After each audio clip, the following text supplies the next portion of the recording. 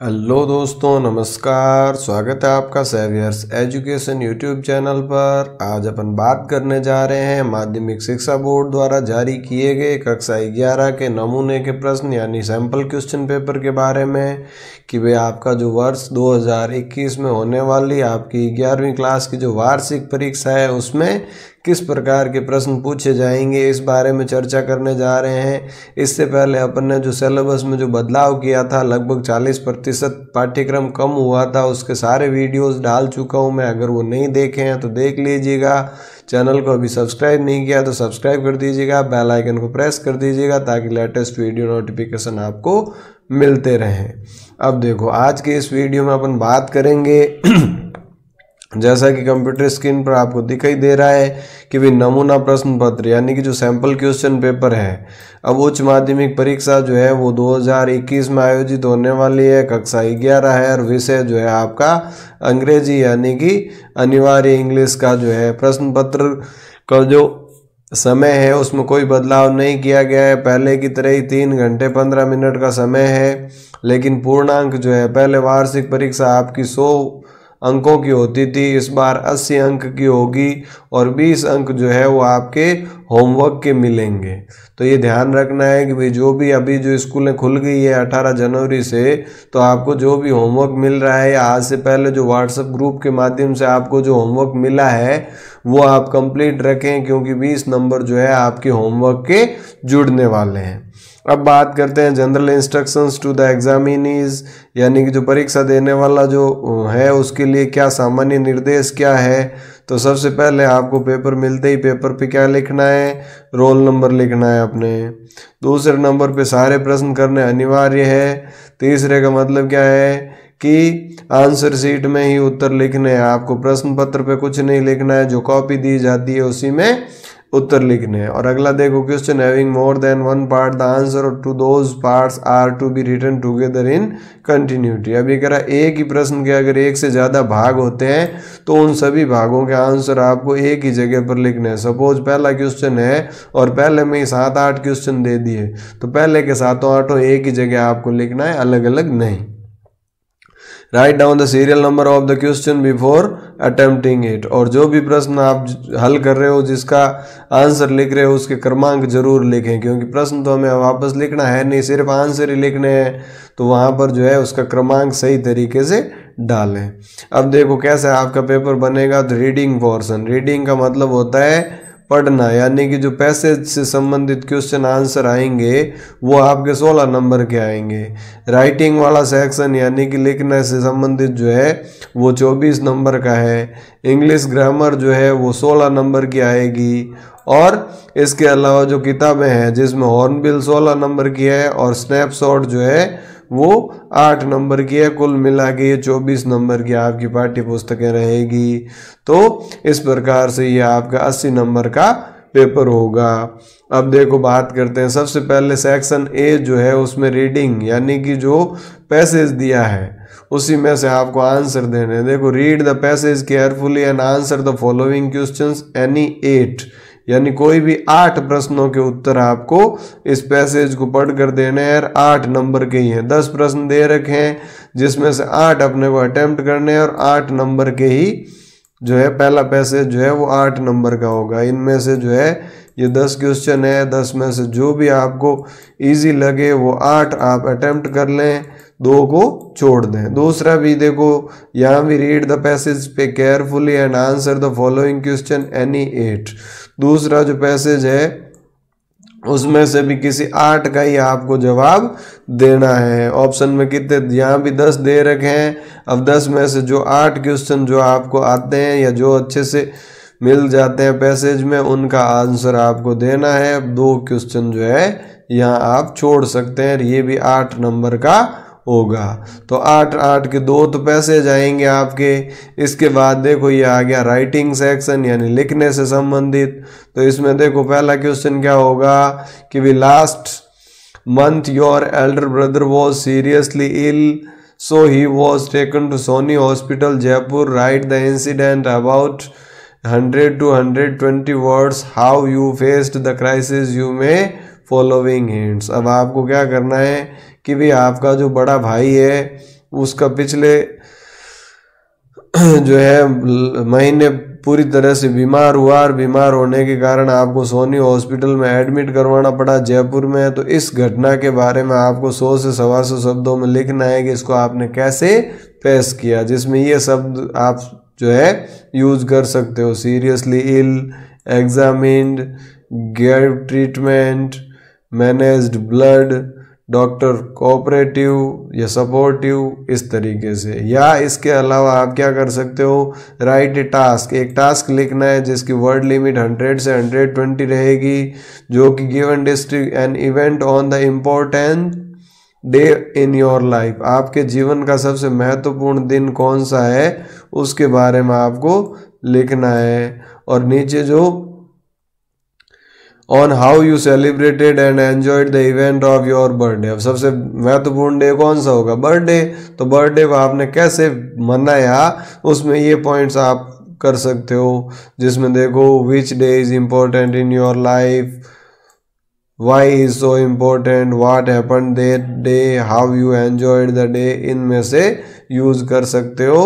तो ये भी आपका 8 नंबर का रहेगा। सेक्शन बी का तीसरा प्रश्न। चौथा प्रश्न देखो, right an article on importance of yoga, yoga के महत्व के बारे में आर्टिकल लिखो या एक रिपोर्ट तैयार करनी है, ए हाउस ऑन फायर, और इसकी वर्ड लिमिट जो है 100 से 120 है। ये भी 8 नंबर का प्रश्न है।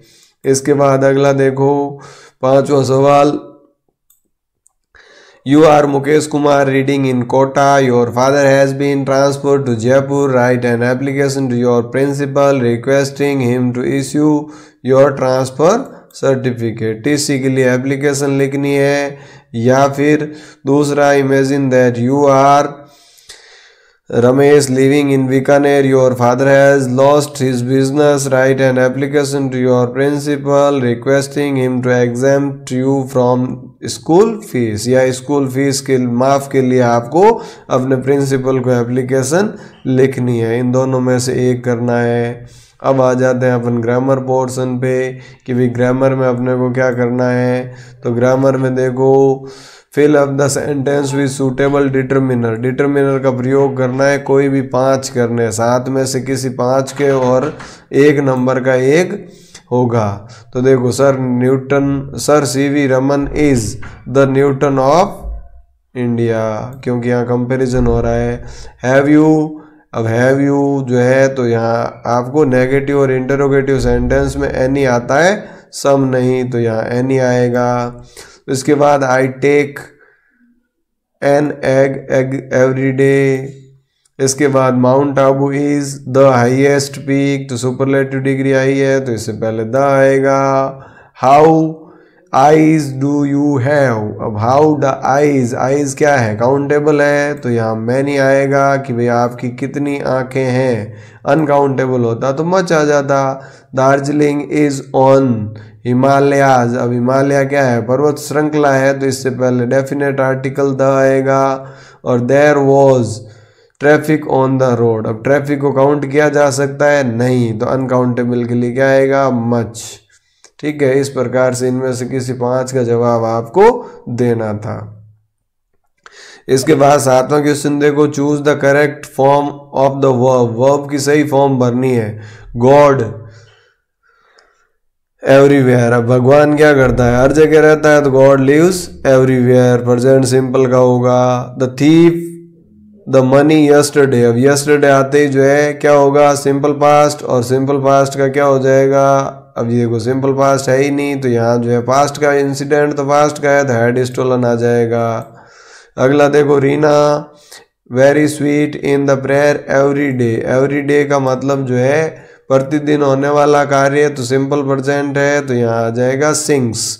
इसके बाद देखो, I for you since morning, यानी मॉर्निंग से, तो यहाँ जो है सिंस मॉर्निंग का मतलब परफेक्ट कंटिन्यूस, तो हैव बीन वेटिंग जो है ये करेक्ट ऑप्शन होगा।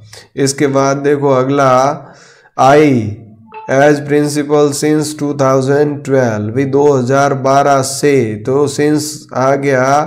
और अब देखो यहाँ पर जो है हैज़ या हैव के साथ ये आ गया हैव बीन वर्किंग। इसके बाद अगला देखो, Ramesh was acting as if. अब एज इफ जैसे ही आ गया वहाँ हमेशा वर आएगा, क्योंकि ये कंडीशनल सेंटेंस है, टाइप 2 की कंडीशन है। तो कंडीशनल सेंटेंसेस आपने पढ़े होंगे, तो इनसे संबंधित सारे वीडियोस, डिटर्मिनर वाले और correct form of the verb, conditional sentence, ये सारे इसी चैनल की प्लेलिस्ट पे आप देख सकते हैं और आसानी से इनको समझ सकते हैं। अगला देखो, किताबों से संबंधित आगे क्वेश्चन आंसर। तो पहला देखो, पैसेज पढ़ना है, पैसेज पढ़कर आपको किन्हीं 5 सवालों के जवाब देने हैं। तो देखो, पैसेज के बाद जो क्वेश्चन पूछे गए हैं 6 पूछे गए हैं, 6 में से किन्हीं 5 को अटेंड करना है अपने को। तो एक का यहाँ भी ऑप्शन मिल गया आपको। अगला देखो, अथवा में पैसेज है जो है 2 पैसेज आएंगे और किताब के अंदर से ही आएगा। तो ध्यान से करना है। अब दोनों में से जो है जो आपको इजी लगता है उसका आंसर आपको देना है। और इसके बाद भी देखो, ये जो है 5 क्वेश्चन दे रखे हैं, इनमें से किसी 5 का जवाब आपको देने हैं। अगला देखो, 9th क्वेश्चन क्या है कि we answer the following questions any 4। किन्हीं 4 के उत्तर देने हैं। कुल 6 दे रखे हैं, 6 में से किसी 4 के जवाब देने हैं और 4 नंबर का, यानी 1-1 नंबर का सवाल है। Who was writers best friend? Writer का बेस्ट फ्रेंड कौन था? उसकी ग्रैंड में। When history had taken a different turn according to professor Gaitonde, the adventure chapter के अकॉर्डिंग प्रोफेसर गायतुंडे के हिसाब से कब लेती है? तो जो पानीपत का तीसरा युद्ध है, the battle of third battle of Panipat, उसमें जो है मराठे जीत जाते हैं अकॉर्डिंग टू प्रोफेसर गायतुंडे। तो वहाँ से हिस्ट्री एक जो है डिफरेंट टर्न ले लेती है। What was the height at the top of the pass? अब पास की जो टॉप की हाइट जो है वो कितनी थी? तो ये जो सिल्क रोड वाला जो है, सेतन जब जाता है गाड़ी में तो वो कंपास से 3-4 बार बताता है, उसमें आपको ये बतानी है। एग्जैक्ट तो 8400 समथिंग होता है। Which river does really flow from Mansarovar? Mansarovar से कौन सी नदी सच में निकलती है? तो ये आंसर भी सिल्क रोड वाले में है। For how many years had the writer been preparing for the voyage? We were not afraid to die वाले चैप्टर से वे कितने सालों से तैयार कर रहा था, यात्रा की तैयारी कर रहा था। अगला देखो, when writer faced the gigantic waves, और सबसे भयानक लहरें जो है उसका सामना लेखक का कब हुआ? तो इन 6 में से किन्हीं 4 के जवाब देने हैं। अगला देखो, read the extract and answer the questions below. अब ये जो है एक्सट्रैक्ट पढ़ना है, जो पोएम का है वो दे रखा है, इसके नीचे जो क्वेश्चन पूछे हैं इनके जवाब देने हैं और ये ऑप्शन में है, यानी इसके जवाब 2 या 2 स्टैंजा दे दिए, दोनों में से जो आपको अच्छा लगे उनके जवाब देने हैं। प्रत्येक जो है 1 नंबर का, यानी 4 सवाल है तो 4 नंबर का। इसके बाद देखो, आंसर दीज क्वेश्चंस ब्रीफली, यानी संक्षिप्त में जवाब देना है किसी 3 का। 4 दे रखे हैं, 4 में से किन्हीं 3 का जवाब देना है कि what doesn't want to talk to father. अब फादर टू सन वाले जो है उसमें बताया है कि भाई क्यों नहीं बात करता है बेटा अपने पुत्र से। When a person thinks that hell and heaven wouldn't be found in geography, अब चाइल्डहुड वाली पोएम में कि भाई कब पता चलता है कि भाई हेल और हेवन जो है वो जियोग्राफी में अस्तित्व नहीं करते। Who is laughing in the photographs, a photograph वाली पोएम में कौन हंस रहा है? तो पोएट की mother. What does the rain call herself, रैन जो है अपने आप को क्या कहती है?